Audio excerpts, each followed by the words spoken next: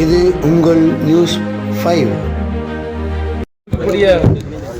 பத்திரிகை துறை நண்பர்களுக்கு உங்களுடைய மனமார்ந்த நன்றியை தெரிவித்துக் கொள்கின்றோம். தொடர்ந்து நீங்கள் அளித்து வருகின்ற ஆதரவுக்கு என்னுடைய பாராட்டுக்கள்.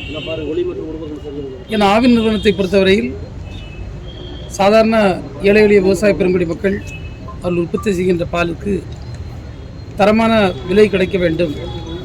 அதுபோன்று அவற்றை பாலாகவும் பால் உபபொருட்களாகவும் மாற்றி நம்முடைய பொதுமக்களுக்கு குறைந்த விலையில் தரமான பால் கிடைக்கின்ற பணியையும் ஆவின் செய்து வருகிறது.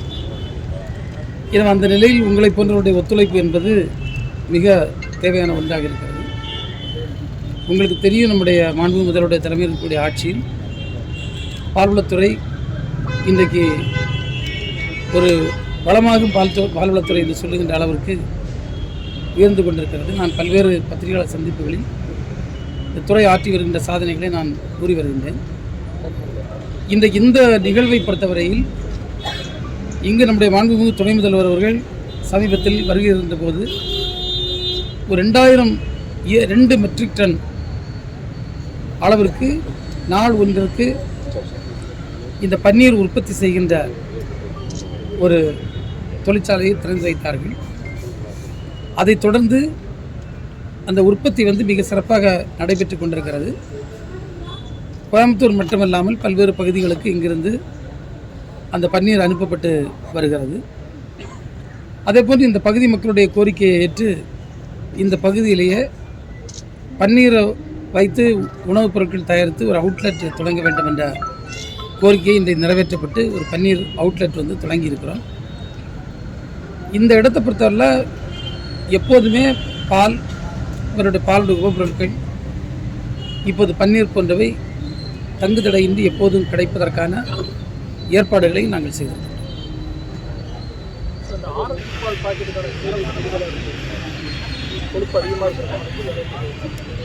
அதை நான் இதை திரும்ப பேசினேன். ஆனால் திரும்ப பேச வேண்டிய விஷயம்தான். இது ஆவினுக்கு வேண்டி இல்லைன்னாலும் ஒரு விழிப்புணர்வுக்காக நான் அமைச்சர் என்பதை விட்டுருவோம், ஒரு பொறுப்புள்ள குடிமகன் என்ற முறையில் நான் சொல்லுவேன். இந்த செறிவூட்டப்பட்டது, இந்த ரொம்ப அதிக கொழுப்பு சேர்த்தெல்லாம் வாங்க வேண்டிய தேவை நமக்கு இல்லை. ஏன்னா நமக்கு இயற்கையாக கிடைக்கக்கூடிய பாலின் அளவு 3.5 to 4% ஃபேட்டும் ஒரு 8% புரதமும் இருந்தால் சாதாரண நம்ம தமிழ்நாட்டுடைய மாடுகளில் கிடைக்கக்கூடிய பாலினுடைய தன்மை தான். இதை கருத்தில் கொண்டு தான் டிலைட் பால் நான் சென்ற முறை பொறுப்பேற்ற நேரத்தில் நாங்கள் அறிமுகம் செய்தோம்.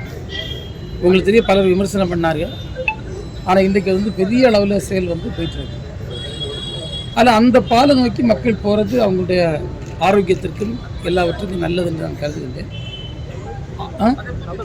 நல்லது, டிலைட் நோக்கி போகிறது நல்லது. நீங்கள் அடிஷ்னலாக கூட்ட இந்த நெய் சேர்த்தது அல்லது கொழுப்பு சேர்த்து இல்லைன்னா புரதம் சேர்த்ததுக்கு போக வேண்டிய அவசியம் இல்லைன்னு நினைக்கிறேன். அதில் அந்த பால் மார்க்கெட்டில். கோவை மாவட்டம் தொண்டாமுத்தூர் அருள்மிகு மாரியம்மன் பெரிய விநாயகர் திருக்கோவில் மகா கும்பாபிஷேகம் நடைபெற்றது. அறநிலைத்துறை அமைச்சர் சேகர்பாபு கும்பாபிஷேகத்தை கொடியை சேர்த்து துவங்கி வைத்தார். உடன் இந்து அறநிலைத்துறை இணை ஆணையர் கே ரமேஷ், உதவி ஆணையர் பி